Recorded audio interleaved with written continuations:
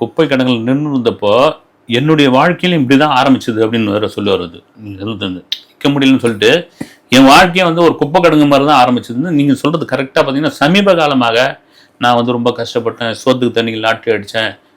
நான் வந்து பட்டினிலாம் இருந்திருக்கணும் போதெல்லாம் வந்து பல பேர் வந்து வெளுத்தாங்க. இந்த இதுவுக்கு தான் நம்ம தாம்பரம் சாய்ராம் காலேஜில் நடந்த விழாவில் வந்து, என்னையா நீங்கள் வந்து எவ்வளோ பெரிய டைரக்டர் பையன் நீங்களாம் இருந்தியா அப்படின்னு. ஆனால் அது என்ன வச்சு பேசும் பொருளாமானோடனே போகிற இடத்துல பூரா தன் மீது ஒரு பரிதாபம் ஏற்பட வேண்டும், தன் மீது ஒரு இது வரும். பாம்பே வரைக்கும் போய் இங்கே வேஸ்ட் கட்டின்னு வந்தார், அங்கே கோட்டு சூட்டு போட்டுன்னு வந்தார். அங்கே கூட ஏதோ ஹிந்தியில் கேள்வி கேட்டாங்க, எனக்கு ஹிந்தி தெரியாதுங்க, தமிழே சரி இங்கிலீஷை கொஞ்சம் அறகுறை தான் நான் அப்படிலாம் சொல்கிறதுக்குலாம் ஒரு இது வேணும். ஆனால் என்னென்ன கீழே சோஷியல் மீடியாவில் என்ன பண்ணுறாங்க, நீங்கள் கேமரா முன்னாடி நடிக்கிறத விட வெளியே பிரமாதமாக நடிச்சிட்டு இருக்கீங்க அப்படின்னு சொல்லிட்டு இருக்காங்க.